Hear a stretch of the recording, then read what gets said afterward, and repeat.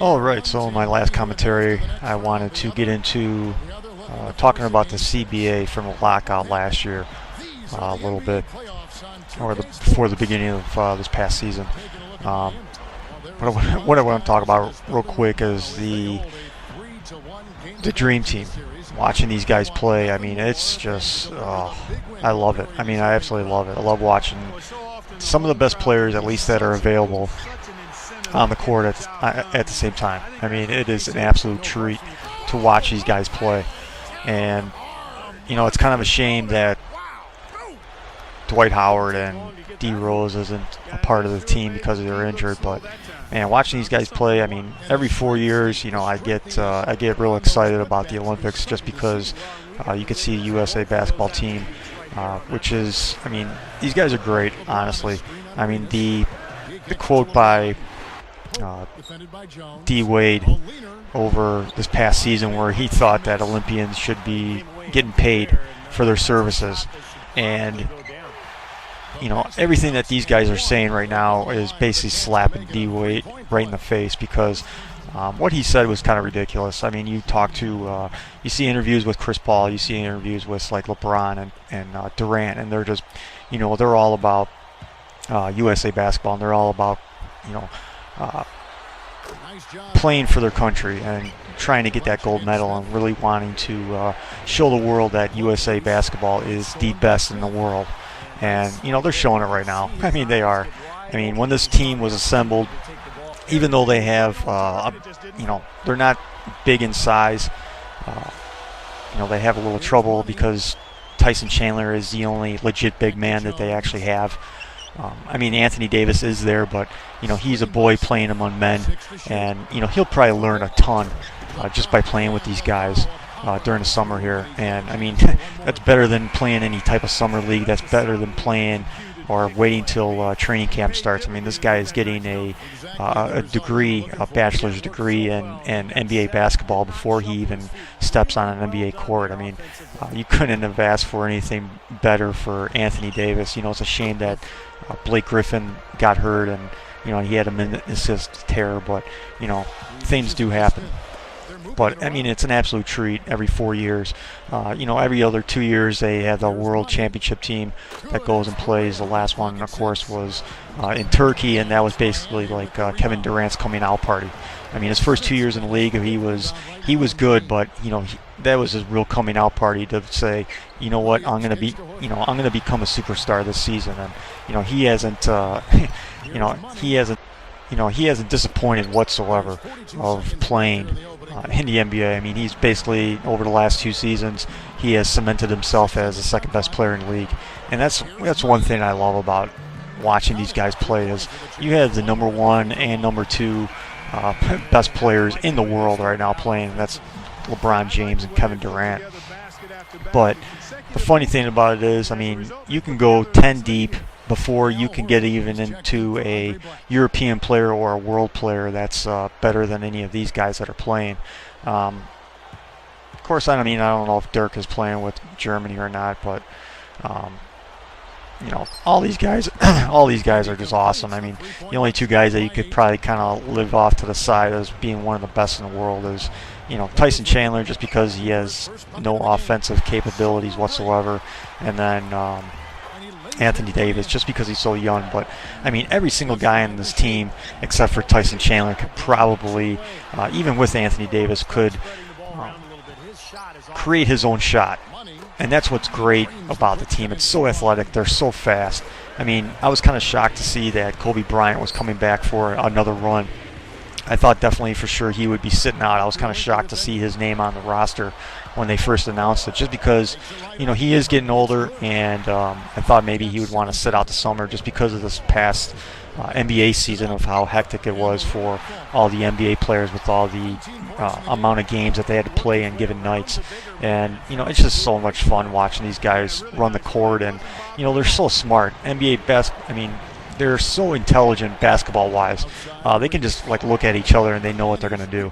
And, you know, it's just so sick. All the alley-oops, and, I mean, you know, they could basically shoot threes throughout the whole tournament for the Olympics, and they'd probably still win. I mean, that's how sick they are. If they had Dwight Howard and D Rose on the team, I would honestly say they could actually rival the original Dream Team. I think they could really give them a run for their money, just because of the athleticism, how quick they are, and how much they want to play defense. I mean, I'm seeing some guys, who really don't play that much defense in the NBA season, who are really just hunkering down, and they're just really, slapping the floor, ready to play some defense for this team and make sure they win. So it's a lot of fun. I mean, I can't wait till the Olympic tournament starts in like a week or two. I think it starts finally, and I just can't wait till it starts. Just if they don't win by 15 plus a game or 20 plus a game, I'll be shocked. I mean, I think they're really going to just give it to the world big time. They just played Spain, and you can have all the Marc Gasols and Paul Gasols of the world and Ibakas. They're not going to make a difference. Paul Gasol is the biggest bitch in the world, having that much talent and being that big of a bitch. I've seen women play more aggressive than he has in his career, and it's just it's just fun. But getting into the CBA a little bit, what I wanted to talk about with all the NBA free agency going on and the creation of super teams. Now, the CBA was supposed to eliminate super teams. It was supposed to, that's what the owners wanted. The players wanted more money. They wanted the salary cap to be raised, but they didn't really get it. They got some more money, but they didn't get exactly what they wanted. But the coaches or the owners got what they wanted. The owners wanted to eliminate super teams and to be able to keep every player that you draft on your team, where it would be impossible for another team to make an offer.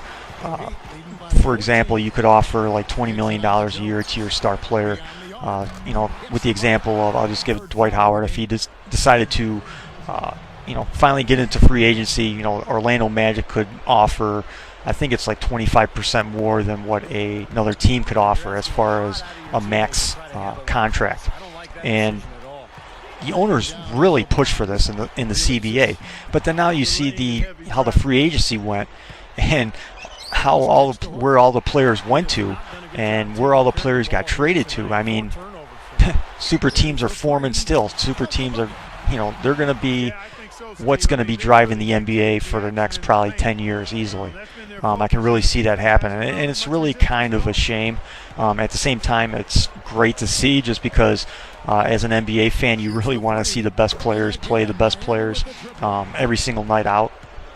But sometimes it gets annoying, because then you'll see teams like maybe like Toronto or Milwaukee, and you see some of these small market teams crying wolf every time a star player or superstar goes to a big market. It's like, oh, we can't afford these guys, blah, blah, blah. But in the CBA, you're supposed to be able to afford these players. You're supposed to be able to keep these players. But, players want to win. Players want to be in the big markets. They want to make the big money besides their max contracts, because that's where they get the endorsements from. They just don't get the endorsements from Nike alone. They can go wherever the city provides, whether it be New York, Chicago, LA.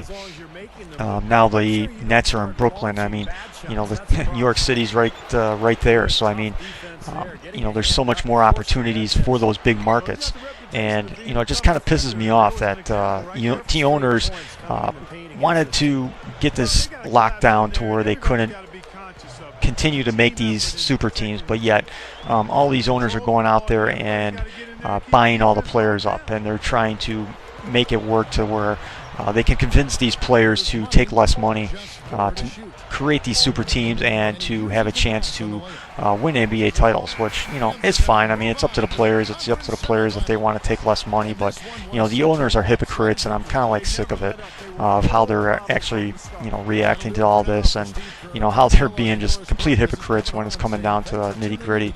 But I decided not to show every single playoff game or show key games, because some of them are just blowouts and it's not even worth watching. And up to this point, what's the real point of showing every single game? But you'll see the playoff tree. The playoffs are already fucked up, so you'll see the playoff tree after the press conference.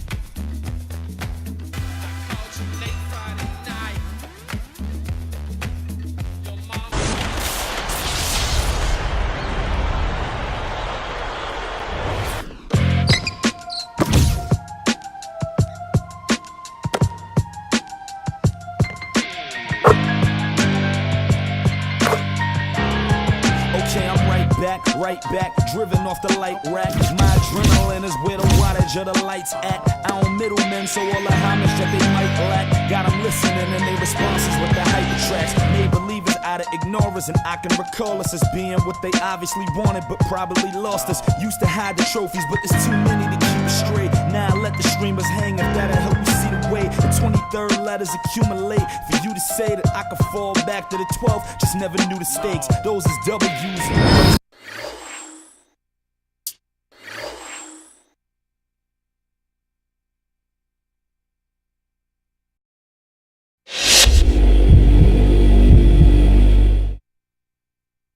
Congratulations on finishing things off tonight. You took care of business without too much trouble this time around. What are your thoughts now going into the next round?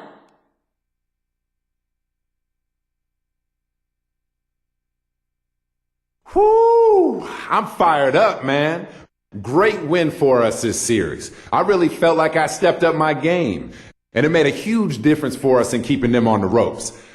Man, sometimes I just get into the mindset where the game is mine. And if I can do that next round, we'll be moving on again. Huge, huge game tonight, baby. Looking forward to getting back out there and doing it again. You feel me? Let's go, people.